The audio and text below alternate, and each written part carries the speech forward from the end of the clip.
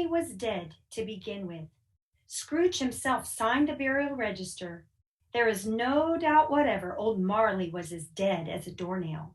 Scrooge and he were partners for I don't know how many years, and Scrooge was his sole executor, his sole administrator, his sole friend, and sole mourner. Scrooge never painted out old Marley's name.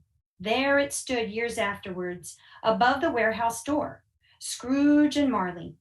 Sometimes people new to the business called Scrooge Marley, but he answered to both names. It was all the same to him.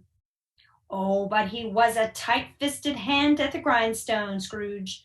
A squeezing, wrenching, grasping, scraping, clutching, covetous old sinner. Nobody ever stopped him in the street to say with gladsome looks, "My dear Mr. Scrooge, how are you?" No beggars implored him to bestow a trifle. No children asked him what time it was. No man or woman ever once in all his life inquired the way to such and such a place of Scrooge. But what did Scrooge care?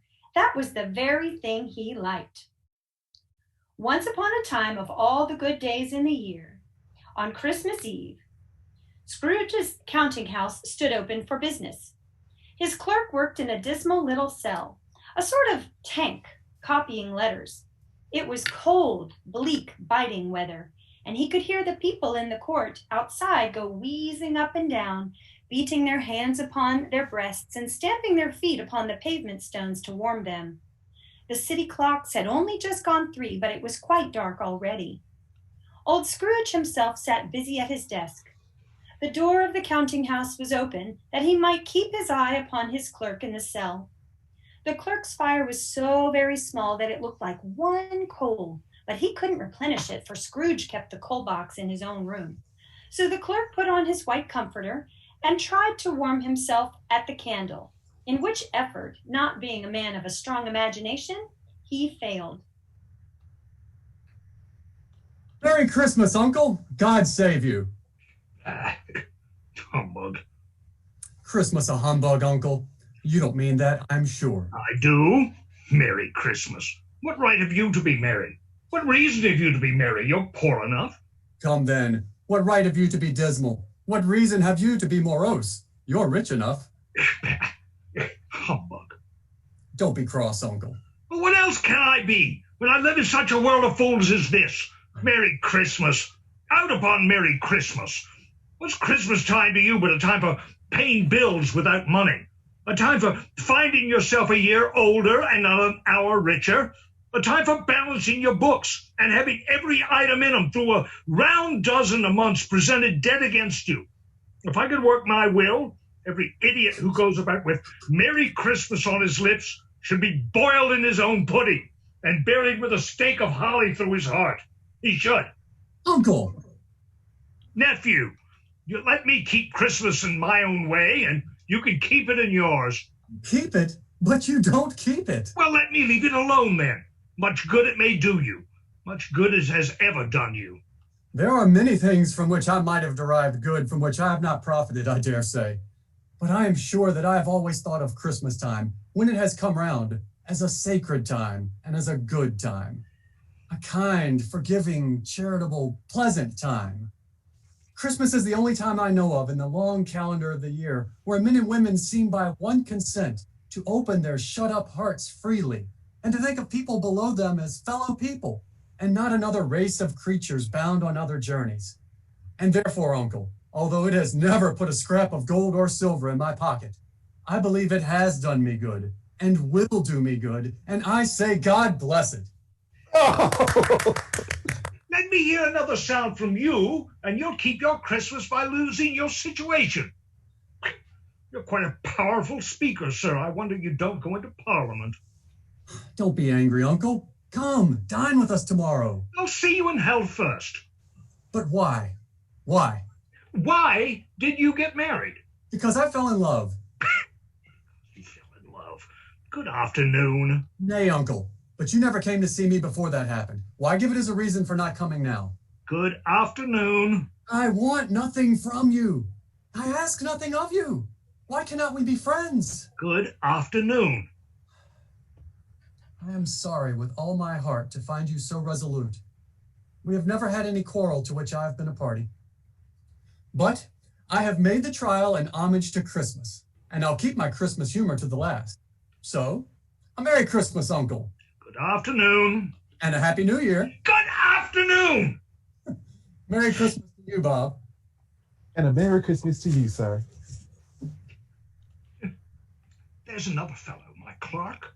15 shillings a week, and a wife and family, talking about a Merry Christmas. I retire to Bedlam. Somewhat later that afternoon, Scrooge was paid a visit at his counting house by two ladies wanting a moment of his time. These visitors, though pleasant, did not appear any more likely than his nephew to be bringing profit into Scrooge's business. Scrooge and Marley's, I believe. Do I have the pleasure of addressing Mr. Scrooge or Mr. Marley? Mr. Marley has been dead these 7 years. He died 7 years ago this very night. Well, we have no doubt his liberality is well represented in his surviving partner. At this festive season of the year, Mr. Scrooge, it is more than usually desirable that we should make some slight provision for the poor and destitute who suffer greatly at the present time. Many thousands are in want of common necessaries. Hundreds of thousands are in want of common comforts. No prisons? Plenty of prisons. And the union workhouses, are they still in operation? They are. Still, I wish I could say they were not. The treadmill and the poor law are in full vigor then? Both very busy, sir. Oh, well, I was afraid from what you said at first that something had occurred to stop them in their useful course. I'm very glad to hear it. Well, under the impression they can scarcely furnish Christian cheer of mind or body to the multitudes, a few of us are endeavoring to raise a fund to buy the poor some meat and drink and means of warmth. We choose this time because it is a time of all time when want is keenly felt and abundance rejoices. What shall I put you down for? Nothing. Oh, you wish to be anonymous. I wish to be left alone. Since you ask me what I wish, ladies, that is my answer. I don't make merry myself at Christmas. I can't afford to make idle people merry. I help to support the establishments I have mentioned. They cost enough. Those who are badly off must go there. Many can't go there, and many would rather die. If they would rather die, they had better do it and decrease the surplus population. Besides, I don't know that. You could know it. It is enough for me to know my own business. A man has got to understand his own business and not interfere with other people's. Mine occupies me constantly. Good afternoon, ladies.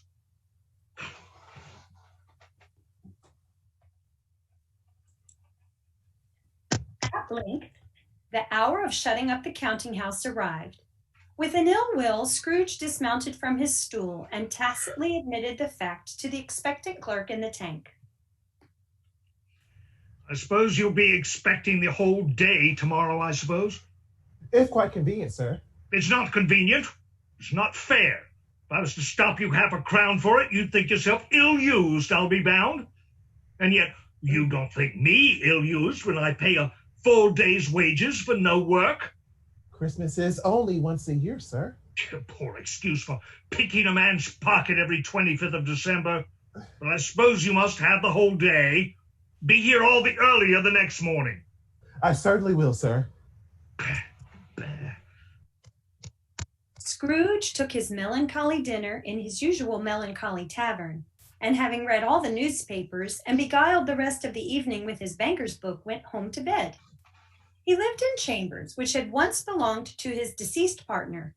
They were a gloomy suite of rooms, old enough now and dreary enough, for nobody lived in it but Scrooge. That night, Scrooge was beset by a series of increasingly tenacious visions. Upon having his key in the lock of the door, he saw in the knocker, just for a moment, the image of old Marley's face. Walking slowly up the stairs, he perceived a hearse going on before him in the gloom. Sitting before the fire, his eyes showed him every one of the figures carved and painted into the fireplace mantel, transformed with a copy of old Marley's head on every one. Thus unsettled, he locked himself in, double locked himself in, which was not his custom, and prepared himself for bed.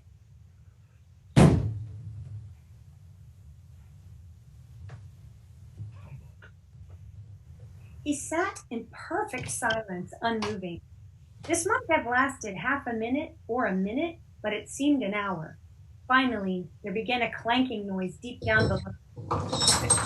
Some person was dragging a heavy chain, coming straight towards his door. It's humbug still. I won't believe it. His color changed then, though, when without a pause it came on through the heavy door and passed into the room before his eyes. Oh no! What do you want with me? Much? Who are you? Ask me who I was. Who were you then? You're particular? For a shade? In life, I was your partner, Jacob Marley. Can you sit down? I can? Oh, do it then.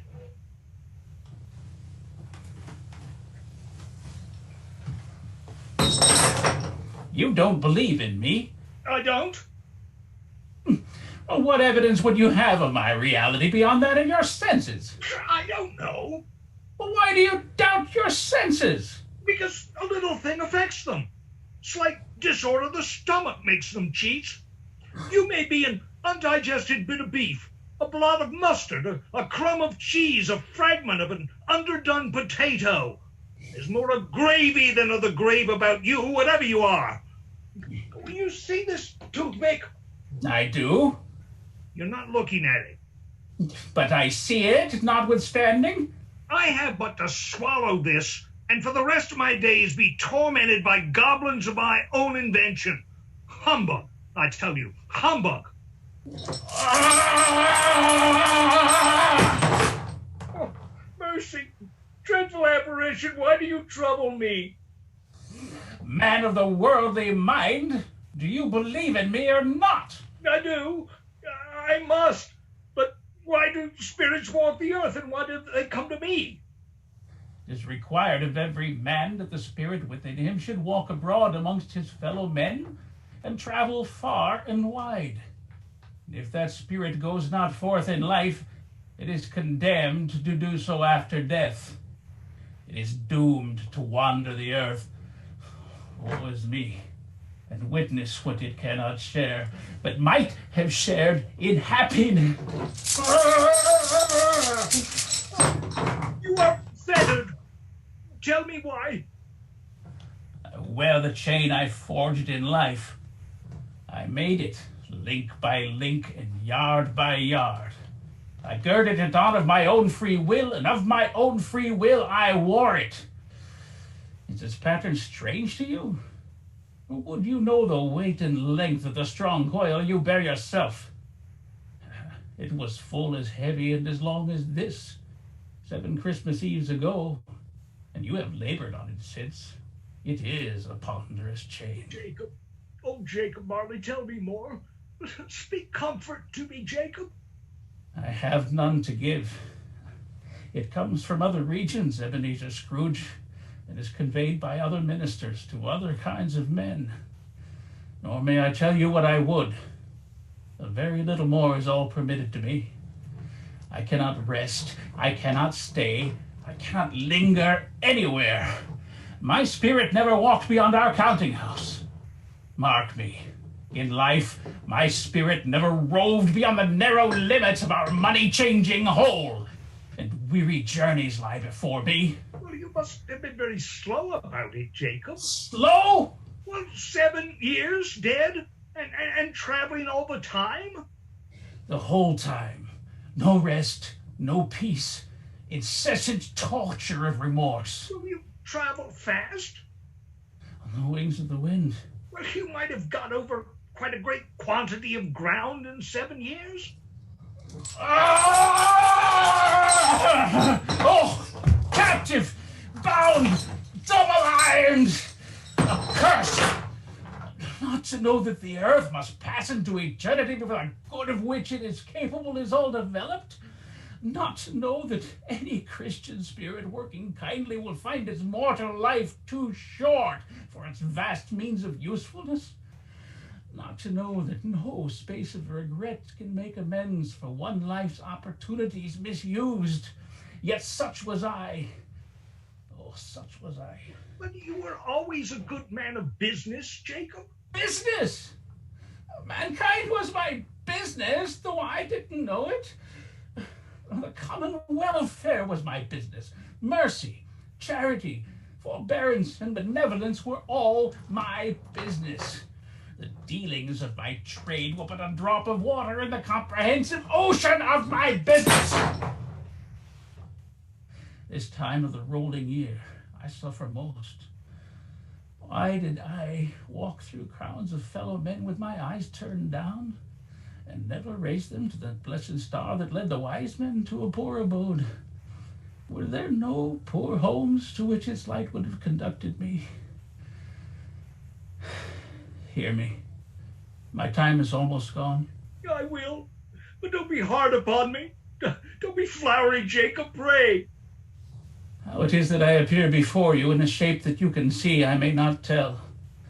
I have sat invisible beside you many and many a day. 'Tis no small part of my penance. I have come tonight to warn you that you have yet a chance and hope of escaping my fate. A chance and a hope of my procuring, Ebenezer. You're always a very good friend to me. Thank you. You will be haunted by 3 spirits. Is that the chance and hope you mentioned, Jacob? It is. I think I'd rather not. Without their visage, you cannot hope to shun the path I tread. Expect the first tomorrow, when the bell tolls 1. Well, couldn't I take 'em all at once and have it over with, Jacob? Expect the second on the next night at the same hour. The third upon the next night, when the last stroke of 12 has ceased to vibrate. And look to see me no more. And look that for your own sake, you remember what has passed between us.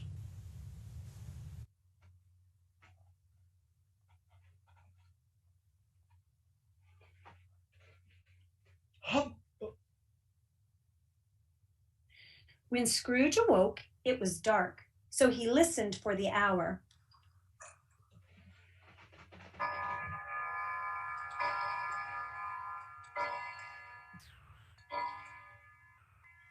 To his great astonishment, the heavy bell went on from 6 to 7, and from 7 to 8, and regularly up to 12, then stopped. 12. It was past 2 when he went to bed. It seemed impossible that he could have slept through the entire day and into another night. Could it be that it was noon and yet still dark? The idea alarmed him, so he scrambled out of bed and groped his way to the window. He was obliged to rub the frost off with the sleeve of his dressing gown before he could see anything, and he could see very little.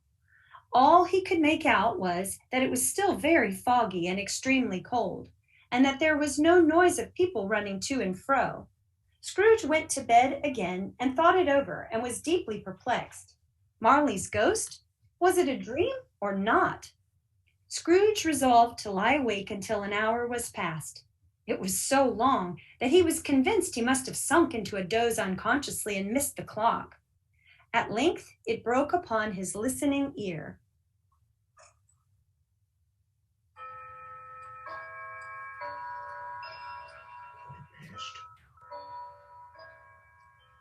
Half-past. Quarter to it. The hour itself. Nothing else. Are you the spirit whose coming was foretold to me? I am. Who and what are you? I am the ghost of Christmas past. Long past. No, your past. What business brings you here? Your welfare. Well, I'm indeed much obliged. Surely permitting me a night of unbroken rest would be more conducive to that end. Your reclamation, then. Take heed. Behold. What is this scene? Watch. Remember. Good heaven. I was a boy here. You recollect the place? Remember it? I could walk it blindfold. Strange to have forgotten it for so many years. Your lip is trembling. And what is that upon your cheek? It must be a pimple. Just show me what it is I'm meant to see here. Oh, so many townfolk traveling for Christmas. Why, that's Edward Evans. And oh, Gregory Wright. And there, Hannah. And Mary Josephine. These are but shadows of the things that have been. They have no consciousness of us. Off of school, leaving the village to visit family for Christmas. Is that what I'm intended to see? Well, all right. I've seen it. The school is not quite deserted. A solitary child, neglected by his friends, is left there still. I know it. But look. Why, it's Ali Baba. It's dear old honest Ali Baba. Yes, I know. One Christmas time when yonder solitary child was left here all alone, he did come for the first time just like that. Poor boy. And Valentine, his wild brother Orson, there they go. And what's his name? Who was put down in his drawers asleep at the gate of Damascus. Don't you see him? And the Sultan's groom, turned upside down by the genie, there he is upon his head. Serves him right. I'm glad of it. What business had he to be married to a princess? And there's the parrot. Green body and yellow tail with this thing like lettuce growing out of the top of his head. There he is. Poor Robin Crusoe, he called him when he came home again after sailing around the island. Poor Robin Crusoe. Where have you been, Robin Crusoe? Well, the man thought he was dreaming, but he wasn't. It was the parrot, you know. And there goes Friday, running for his life to the little creek. Hello! Oh, hello! I wish. Oh, but it's too late now. What is the matter? No, nothing. There was a boy singing a Christmas carol at my door last night. I should like to have given him something, that's all. Let us see another Christmas. I have come to bring you home, dear brother, to bring you home, home, home. Home, Fan? Yes, home for good and all, home forever and ever. Father's so much kinder than he used to be. That home's like heaven. He spoke so gently to me one night when I was going to bed that I was not afraid to ask him once more if he might come home. And he said, yes, you should. And so he sent me in the coach to bring you right away. We're to be together all the Christmas long and have the merriest time in all the world. You are quite a sister, Fan. Always a delicate creature whom a breath might have withered, but she had a large heart. So she had. You're right, I'll not gainsay in spirit, God forbid. She died a woman and had, as I think, children. One child. True. Your nephew. Yes.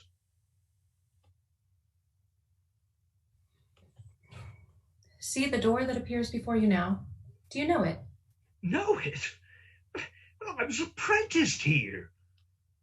Oh, why, it's old Fezziwig, bless his heart. It's Fezziwig, alive again. Yo ho there, Ebenezer. Yo ho, my boy. No more work tonight. Christmas Eve, Ebenezer. Let's have the shutters up before a man can say Jack Robinson. Clear away, my lad, and let's have lots more room here. Dear husband, it looks wonderful. Welcome, everybody. Welcome. Merry Christmas. Oh, Christmas, Fezzy. Christmas. Wonderful. How are you? Hi. Yes. We have Everything's doing well. We're here for the festivities. You look wonderful, my dear. Amazing. Hey. Was sail all over the town. Our toast it is white and our ale it is brown, and our bowl it is made of the white maple tree. With the wassailing bowl we'll drink to thee. Oh, A small matter to make these silly folks so full of gratitude. Oh, Listen, Ezzywig is just a remarkable master. You're very lucky to have been apprenticed to him. Surely there is not another so generous in all of London. Perhaps all of England. Look at all the people that have come here tonight. why is it not he has spent but little of your mortal money, 3 or 4 pounds sterling perhaps? Is that so much that he deserves this praise? it's not that. It isn't that, Spirit. He has the power to render us happy or unhappy, to make our service light or burdensome, a pleasure or a toil. Say that his power lies in words and looks and things so slight and insignificant. Is it possible to add and count him up? Well, what then? The happiness he gives is quite as great as if it cost a fortune. What is the matter? Nothing particular. Something, I think. No, I should like to be able to say a word or two to my clerk just now, that's all. My time grows short. Quick. It matters little, Ebenezer. To you, very little. Another idol has displaced me, and if it can cheer and comfort you in the time to come, as I would have tried to do, I have no just cause to grieve. What idol has displaced you? A golden one. Belle, this is the even-handed dealing of the world. There is nothing on which it is so hard as poverty, and nothing it professes to condemn with such severity as the pursuit of wealth. You fear the world too much. All your other hopes have merged into the hope of being beyond the chance of its sore reproach. I have seen your nobler aspirations fall off one by one until the master passion, gain, engrosses you. Have I not? What then? Even if I have grown so much wiser, what then? I am not changed toward you. Our contract is an old one. It was made when we were both poor and content to be so. When, in good season, we can improve our worldly fortune through our patient industry. You are changed. When it was made, you were another man. I was a boy. Your own feeling tells you you are not what you are.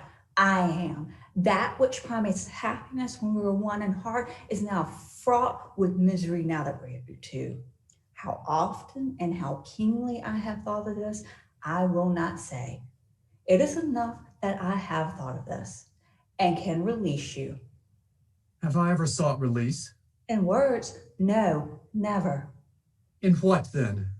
In a changed nature, in an altered spirit, in another atmosphere of life, another hope as its great end, in everything that made my love of any worth and value in your sight. If this had never been between us, tell me, would you seek me out and try to win me now? No. You think not? I would gladly think otherwise if I could. Heaven knows, when I have learned a truth like this, I know how strong and irresistible it can be. But if you were free today, tomorrow, yesterday, can even I believe that you would choose a dowerless girl? You who measure everything by gain. If for a moment you let down your one guiding principle and chose her, do I not know repentance and regret would surely follow? I do, and release you with a full heart for the love of the man you once were. You may have pain in this. The memory of what is past makes me hope you will. a very, very brief time, and you dismiss the recollection of this as an unprofitable dream from which it was well that you awoke. May you be happy in the life that you have chosen. Spirit, show me no more, conduct me home. Why do you delight to torture me? One shadow more. No more! No more! I don't wish to see it. Show me no more. One more. See. What? Who is that man? I'm certain I've never seen him before. Patience. Is that? Yes, much later, just 7 years ago now. The children are finally asleep. They enjoyed their presence very much.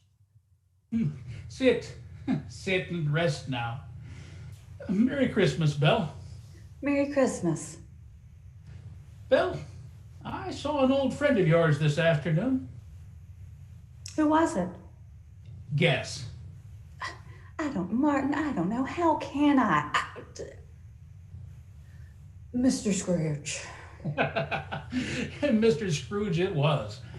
I passed by his office window, and as it wasn't shut up and he had a candle inside, I could scarcely help seeing it. I hear his partner lies upon the point of death. And there he sat all alone. Quite alone in the world, I do believe. Spirit, remove me from this place. I told you these were shadows of things that have been, that they are what they are. Do not blame me. Remove me. I cannot bear it. Leave me. Haunt me no longer.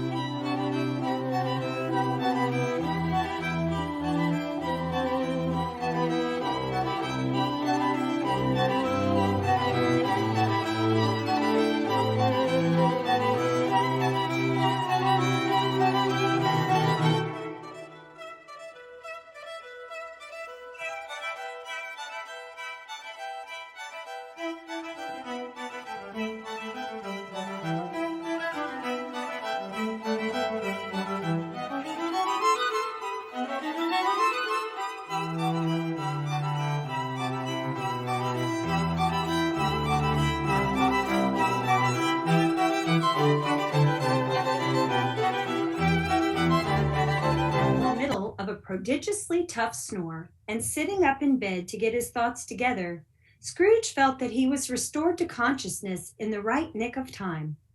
Gentlemen of the free and easy sort who plume themselves on being acquainted with a move or two, and being usually equal to the time of day, express the wide range of their capacity for adventure by observing that they are good for anything from pitch and toss to manslaughter. Without venturing for Scrooge quite as heartily as this, I don't mind calling on you to believe that he was ready for a good broad field of strange appearances, and that nothing between a baby and a rhinoceros would have astonished him very much. Now, being prepared for almost anything, he was not by any means prepared for nothing, and consequently, when the bell struck 1 and no shape appeared, he was taken with a violent fit of trembling. 5 minutes, 10 minutes, a quarter of an hour went by, yet nothing came. He began to think that perhaps the spirit would visit him elsewhere in his house, or that he had missed it. This idea taking full possession of his mind, he got up softly and shuffled into his slippers. The moment Scrooge took a step, a new spirit appeared and called him by his name. Ebenezer Scrooge, come closer and know me better, man. I am the ghost of Christmas present. Look upon me. You have never seen the likes of me before. Never? Have you never walked forth with my elder brothers these earlier years? I don't think I have. I'm afraid I have not. Have you had many brothers, Spirit? More than 1,800. Well, a tremendous family to provide for. Spirit, conduct me where you will. I went forth last night on compulsion, and I learned a lesson which is working now. Tonight, if you have aught to teach me, let me profit by it. Behold. A village? Well, it rightly feels like I'm flying over it. Am I to be looking at all the people about the church square? A grocer's. Well, it does look very well provisioned. But that family looks. What do they have to be so happy about? Well, oh dear, but that man looks none too happy at all. What did you do? He suddenly smiled and started eating his Christmas dinner as if he hadn't a care in the world. Now, there was distinctly more food on that family's plates after you waved your hand just then. Every scene you have shown me has been improved by your intervention. Is there a peculiar flavor of what you sprinkle from your hand? There is, my own. Or would it apply to any kind of dinner on this day? Any kindly given to a poor one most. Why to a poor one most? Because it needs it most. Spirit, I wonder you, of all the beings in the many worlds about us, should desire to cramp these people's opportunities of innocent enjoyment. Me? Well, you would deprive them of their means of dining every 7th day, often the only day on which they can be said to dine at all, wouldn't you? Me. You seek to close these places on the 7th day, and it comes to the same thing. I seek. Oh, forgive me if I'm wrong. It's been done in your name, or at least in that of your family. There are some upon this world of yours who lay claim to know us, who do their deeds of passion, pride, ill will, bigotry, hatred, and selfishness in our name, who are as strange to us and our kith and kin as if they had never lived. Remember that, and charge their doing on them, not us. I will, Spirit. Now, let us look in on our family that I think you know.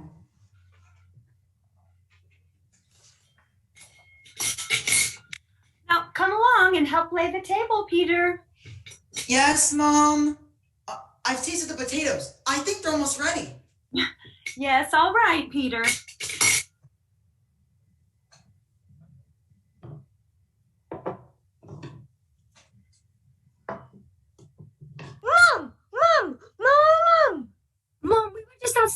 acres. And we can smell the goose from there. And we knew it had to be ours. Christmas goose. With onions. Potatoes. All right now, just good heavens, let's just settle down, settle down. What has ever got after your father then? And what about your brother Tiny Tim? And bless your heart, Peter, you were rather late yourself.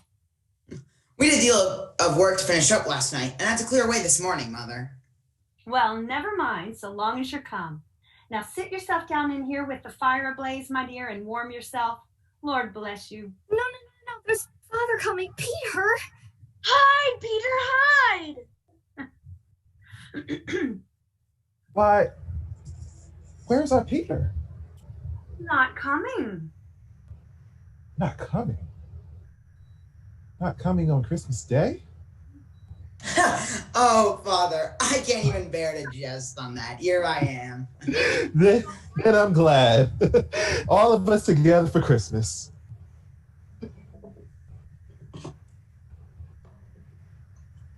Tim, come listen to the pudding bubbling.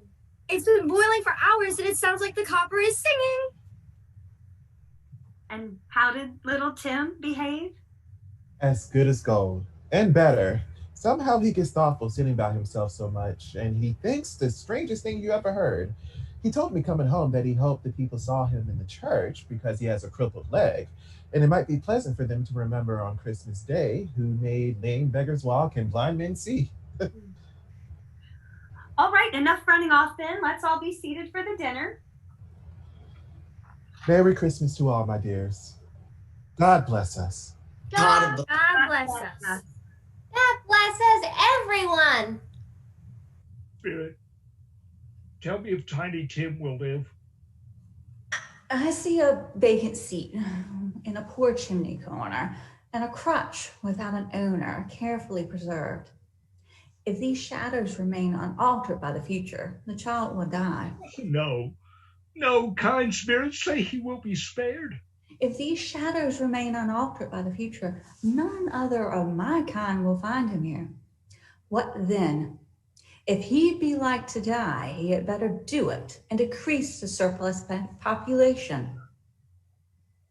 Man, if man you be in heart, not animate, forbear that wicked cant until you have discovered what the surplus is, where it is. Will you decide what men will live? What men shall die? It may be that in the sight of heaven, you are more worthless and less fit to live than millions more like this poor man's child. Oh God, to hear the insect upon the grass pronouncing upon too much life among his hungry brothers in the dust. Mr. Scrooge, I give you Mr. Scrooge, the founder of the feast. The founder of the feast, indeed. I wish I had him here. I'd give him a piece of my mind to feast upon, and I hope he'd have a good appetite for it. My dear, the children, Christmas Day. Well, it should be Christmas Day, I'm sure, on which one drinks the health of such an odious, stingy, hard, unfeeling man as Mr. Scrooge. Now, you know he is, Robert. Nobody knows it better than you do, poor fellow. My dear, Christmas Day. I'll drink to his health for your sake and for the day's, but not for his. A long life to him, a Merry Christmas and a Happy New Year. He'll be very merry and very happy, I have no doubt.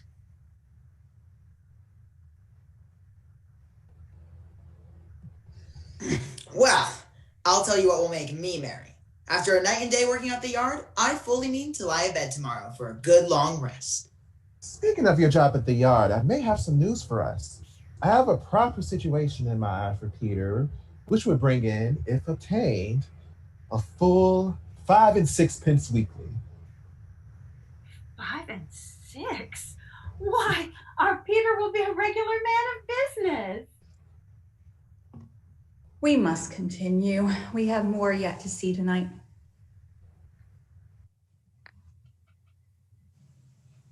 Such a dark and desolate moor with no inhabitants and Certainly no Christmas to be discerned. What place is this? Dark it may be, but inhabitants there are. Is this a place where the miners live? Those who labor in the bowels of earth. And they know me. See? This mean little hut? Well, it doesn't. That's 4 generations. The child there is the great-granddaughter of the old man and woman. And this very family has gathered in this very hut on this night every year for more than 3/4 of a century. Do you still perceive it to be dark and desolate and without Christmas? Come along then. Is that the sea? Are we flying over the sea? We are. Yonder lighthouse is a league or so far from shore. Those 2 lighthouse keepers have none but themselves to keep company, far from any sort of civilization, and yet they seem to be just as merry as any in London.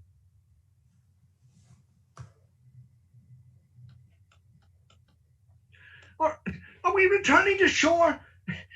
This is the most unsettling feeling. Not yet. We might now travel far from shore. Do you see the ship? I do. Surely these men are not happy to be here on this day.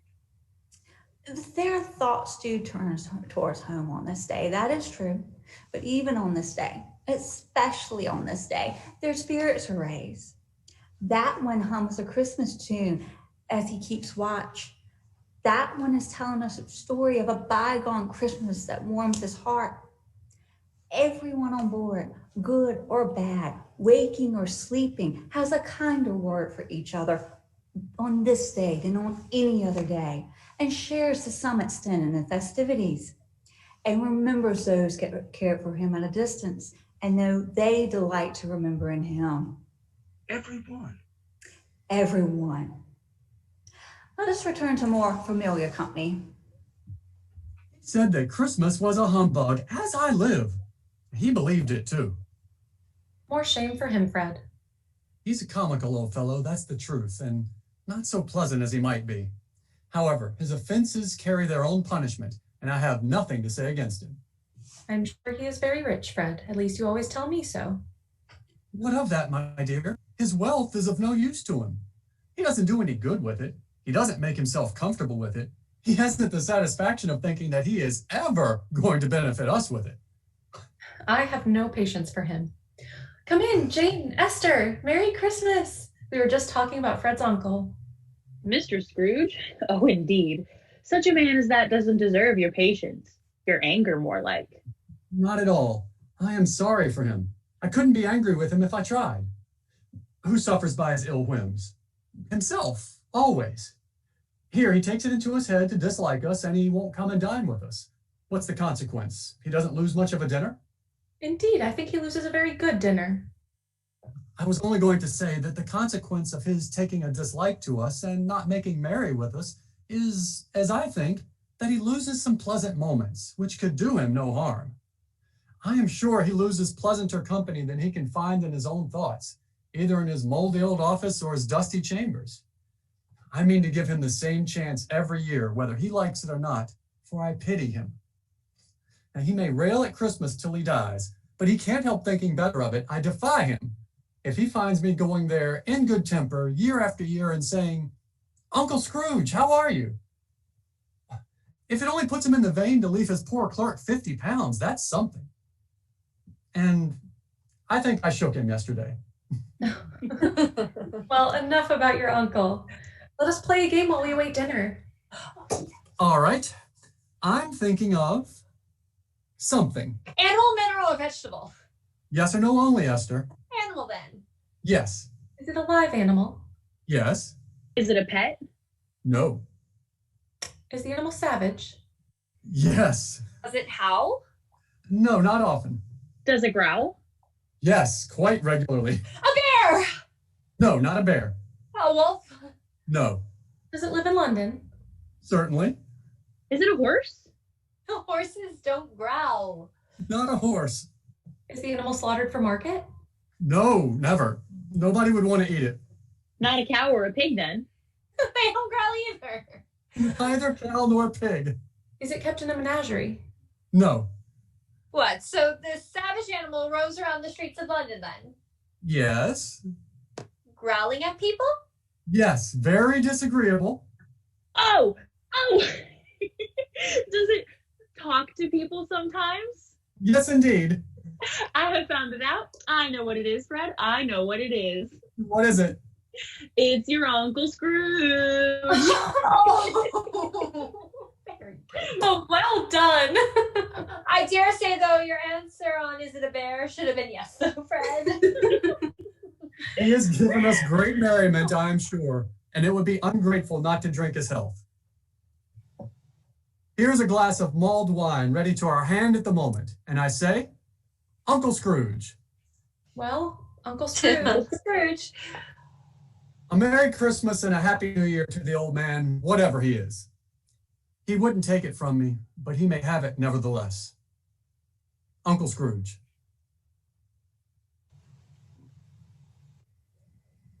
Spirit, how changed you are. Are spirits' lives so short? My life upon this globe is very brief. It ends tonight. Tonight? Tonight at midnight. Mark, the time is drawing near. Forgive me if I'm not justified in what I ask, but I see something strange and not belonging to yourself obscured behind you. Is it another spirit? An animal? It might be an animal, for the flesh there is upon it. Look here. Oh man, look here. Spirit? Are they yours? They are man's, and they cling to me, appealing for aid. The boy is ignorance, the girl is want. Beware them both in all of their degree, but most especially beware the boy, because on the brow of ignorance I see written doom, unless the writing be erased. Deny it, denounce those who speak it, else accept and encourage it for your own factious purposes, and make it worse, and await the end. Had they no refuge or resource? Are there no prisons? Are there no workhouses?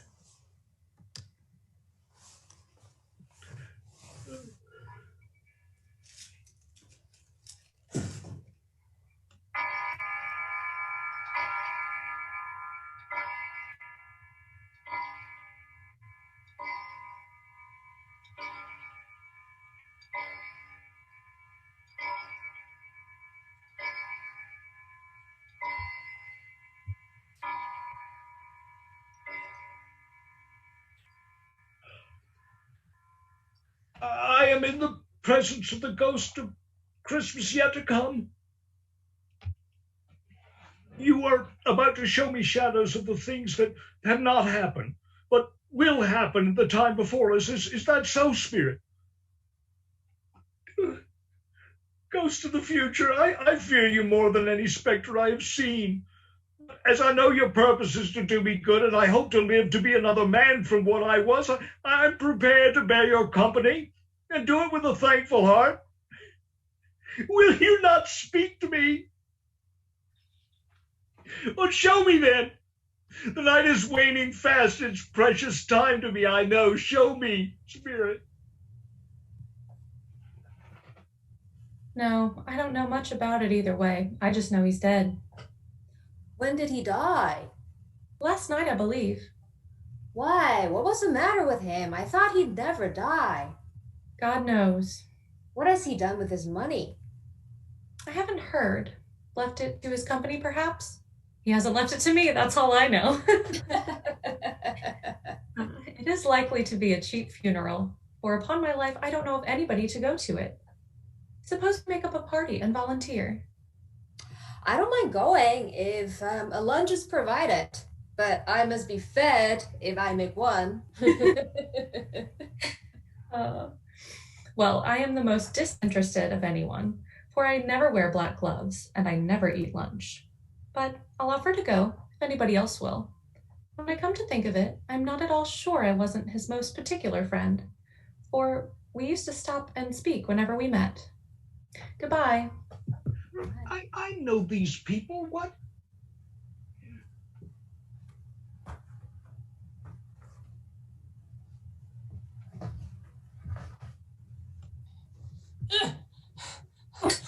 Let the charwoman alone be the first. Let the laundress alone be the second. Look here, old Joe. Here's a chance. If we haven't met here before without meaning it. You couldn't have met in a better place. Come in, sit. What odds? What odds then, Mrs. Dilbert? Every person has a right to take care of themselves. He always did. Indeed. No man more so. Why then, why stares if you was afraid, woman? Who's the wiser? We're not going to pick holes in each other's coats, I suppose. No, indeed. I should hope not. Very well then. That's enough. Who's the worse for a loss of a few things like these? Not a dead man, I suppose. No, indeed. If he wanted to keep him after he was dead, oh, wicked old screw, why wasn't he more natural in his lifetime? If he had been, he'd have had someone looking after him when he was struck with death, instead of laying there, gasping out his last, all alone by himself. That's the truest words that were ever spoke. It's judgment on him. Well, I wish it could have been a heavier one, and it should have been. You may depend upon it if I could have laid my hands on anything else. Look in that bundle, old Joe, and let me know the value of it. I'm not afraid to be the first, nor I'm not afraid for anybody else to see it. We both knew we was helping ourselves before we met here, I believe. It ain't no sin. I have some things here first. Oh.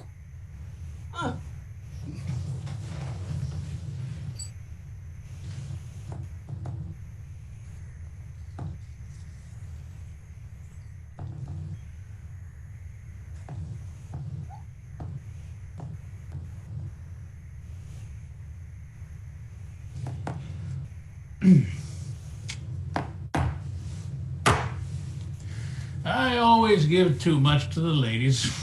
It's a weakness of mine, and it's how I ruin myself. There's your account.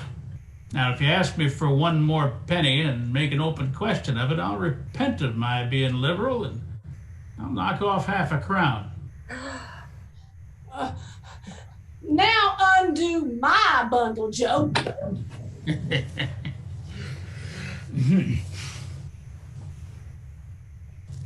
What's this? Bed curtains. Bed curtains? You don't mean to say that you ripped them down, rings and all, with him just lying there? Yes, I do. Why not?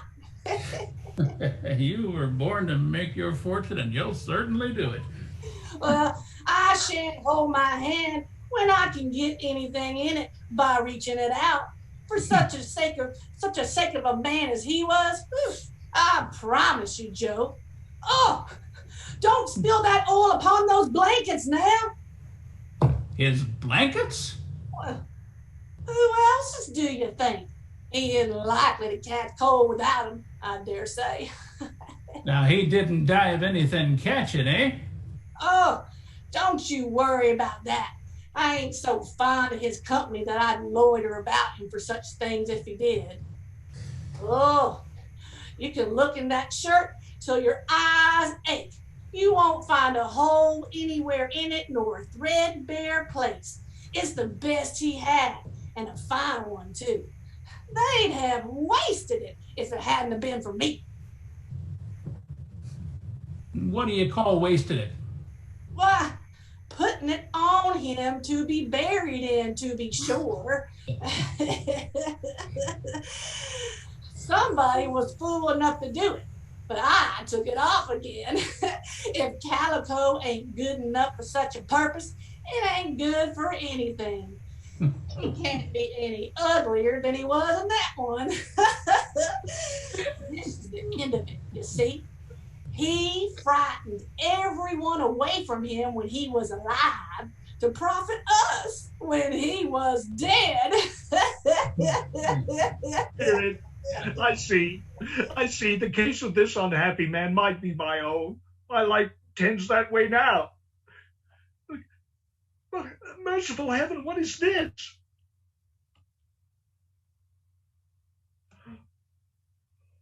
Oh, Spirit, this is a fearful place. In leaving it, I shall not leave its lesson. Trust me, let us go. If there's any person in this town who feels emotion caused by this man's death, show that person to me, Spirit, I beseech you.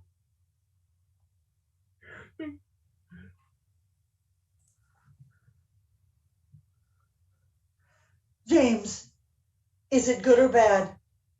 Bad. We are quite ruined? No, there is hope yet, Caroline. If he relents, there is. Nothing is past hope if such a miracle has happened. He is past relenting. He is dead. Oh, thanks be to God. Oh, Lord, forgive me. I told you last night of that half-drunken woman when I tried to see him and obtain a week's delay, and I thought what she told me was a mere excuse to avoid me, but turns out to have been quite true. He was not only very ill, but dying then.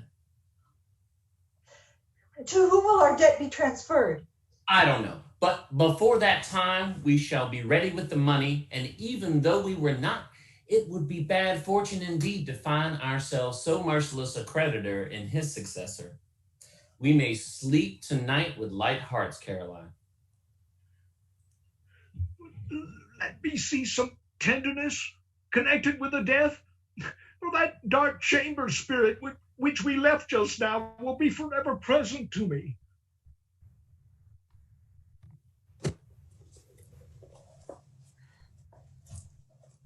Oh, the light hurts my eyes. There. They're better now again. It makes them weak by candlelight, and I wouldn't show weak eyes to your father when he comes home for the world. It must be near his time. Past it, rather, but I think he's walked a little slower than he used to these past few evenings, Mother. Yes, I've known him to walk with... I've known him to walk with Tiny Tim up on his shoulder, very fast indeed. And so have I. Often. And so have I. And so have I. But he was very light to carry, and his father loved him so that it was no trouble. No trouble. Oh, and there's your father now. Father! Father, we're so ever glad to see you back. You've been very busy, my dears. How quickly you're working. I'm happy to be warm in here with all of you. While I was walking around, You went today then, Robert? Yes, my dear. I wish you could have gone. It would have done you good to see how green a place it is.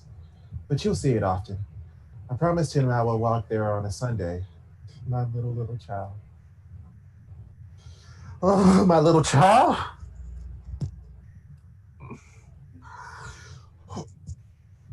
I met old Scrooge's nephew on the street while I was walking. What on earth did he want? No, the nephew was most extraordinarily kind. I'd scarcely seen him once, but he saw that I looked just a little down, and he inquired what had happened to distress me. On which, he is the pleasantest spoken gentleman you ever heard. I told him, I am heartily sorry for it, Mr. Cratchit, he said, and heartily sorry for your good wife. By the by, how we ever knew that, I don't know. Knew what, my dear? Why, that you were a good wife. Everybody knows that. Well observed, my boy. I hope they do. Heartily sorry, he said, for your good wife. If I can be of service to you in any way, he said, giving me his card. That's where I live. pray come to me. Now, it wasn't for the sake of anything he might be able to do for us, so much for his kind way that this was quite delightful. It really seemed as if he had known our Tiny Tim and felt with us. I'm sure he's a good soul. You would be sure of it, my dear, if you saw and spoke to him. I shouldn't be at all surprised, mark what I say, if he got Peter a better situation. Only hear that, Peter. And then Peter will be meeting someone and setting up for himself. Get along with you. It's just as likely as not, one of these days. Well, there's plenty of time for that, my dear. But however and whenever we part from one another, I am sure we shall none of us forget poor Tiny Tim. Shall we? Or this first parting that there was among us? Never, Father. Never, Father. Never.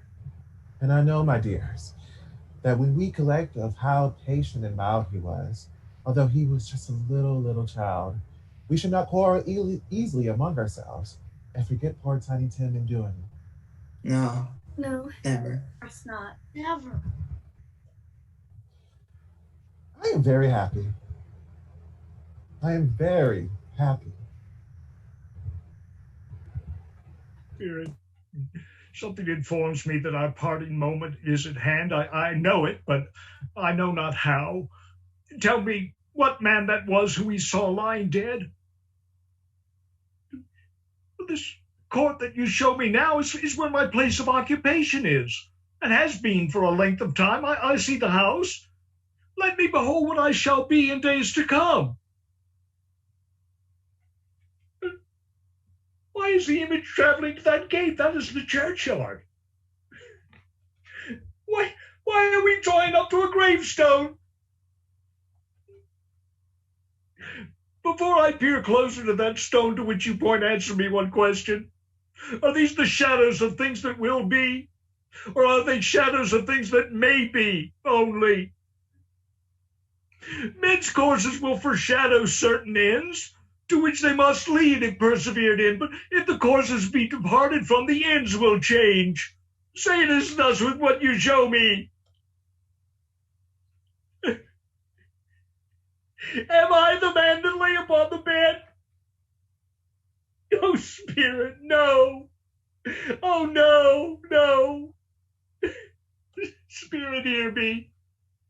I am not the man I was. I will not be the man I must have been, but for this intercourse. Why show me this if I am past all hope? Good Spirit, your nature intercedes for me and pities me. Assure me that I yet may change these shadows you have shown me by an altered life. I will honor Christmas in my heart and try to keep it all the year. I will live in the past, the present, and the future. The spirits of all three shall strive within me. I will not shut out the lessons they teach.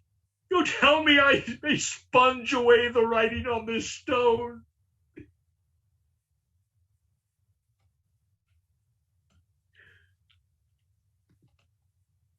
Yes, the ghost was gone and the vision. The bed was his own. The room was his own. Best and happiest of all, the time before him was his own to make amends in. Oh, Jacob Marley, heaven at the Christmas time be praised for this. I say it on my knees, oh Jacob, on my knees. He was so fluttered and so glowing with his good intentions that his broken voice would scarcely answer to his call. He had been sobbing violently in his conflict with the spirit, and his face was wet with tears. He ran directly down the stairs and out into the street to see the day. No fog, no mist, clear, bright, jovial, stirring cold, cold piping for the blood to dance to, golden sunlight, heavenly sky, sweet fresh air, merry bells. Oh, glorious, glorious. I don't know what to do. I'm as light as a feather. I'm as happy as an angel. I'm as merry as a schoolboy. I'm as giddy as a drunken man. A Merry Christmas to everybody. A Happy New Year to all the world. Oh, hello there, boy. Hello. What's today? Huh? What's today, my fine fellow? Today? Why, Christmas Day. Today, it's Christmas Day. Oh, I haven't missed it. The spirits have done it all in one night. Well, they can do anything they like. Well, of course they can. Of course they can. Well, hello, my fine fellow. Hello? Do you know the poulterers at the next street but one at the corner? I should hope I did. Intelligent boy. Remarkable boy. Do you know if they've sold the prize turkey that was hanging up there? Not the little prize turkey, the big one. What, the one as big as me? Delightful boy. It's a pleasure to talk to him. Yes, my buck. It's hanging there now. Well, good. Oh, good. Go and buy it. Go on. No, I am in earnest. Go and buy it. Tell them to bring it here, that I may give them the direction where to take it. Come back with the man, and I'll give you a shilling. Come back with him in less than 5 minutes, I'll give you half a crown. I'll send it to Bob Cratchit. He won't know who said it. It's twice the size of Tiny Tim. Joe Miller never made such a joke as sending it to Bob's will be. The chuckle with which he said this, and the chuckle with which he paid for the turkey, and the chuckle with which he paid for the cab for the man to transport the turkey all the way to Camden Town, and the chuckle with which he recompensed the boy were only to be exceeded by the chuckle with which he sat down breathless again in his chair and chuckled till he cried.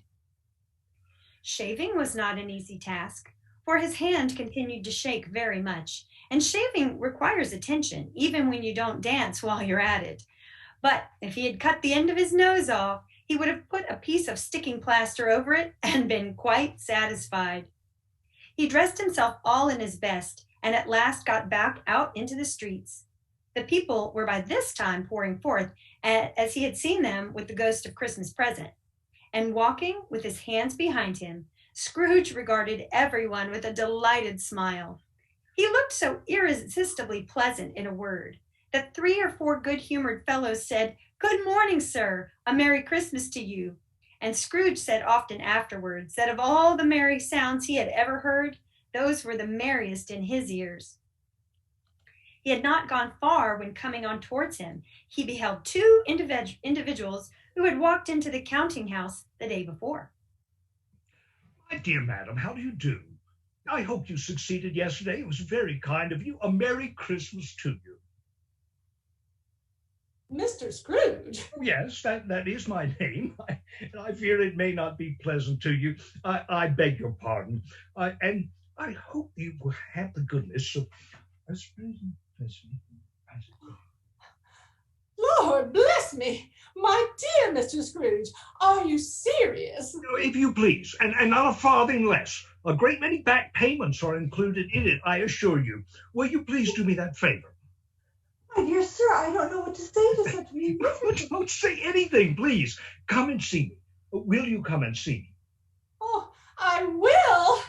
Thank you. I am very much obliged to you. I thank you 50 times. Bless you. He went to church and walked about the streets and watched the people hurrying to and fro, and patted children on the head and questioned beggars, and looked down into the kitchens of houses and up to the windows, and found that everything could yield him pleasure. He had never dreamed that any walk, that anything, could give him so much happiness. In the afternoon, he turned his steps towards his nephew's house. He passed the door a dozen times before he had the courage to go up and knock, but he made a dash and went in, sidled his face in round the door.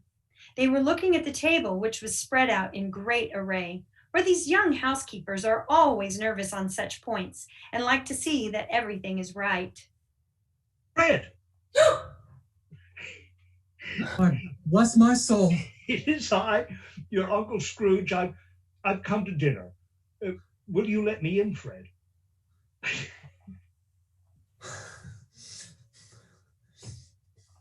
Let him in. It is a mercy he didn't shake his arm off. He was at home in 5 minutes. Nothing could be heartier. His niece looked just the same. So did her sisters when they came. So did everyone when they came. Wonderful party, wonderful games, wonderful unanimity, wonderful happiness. But he was early at the office next morning. Oh, he was there early.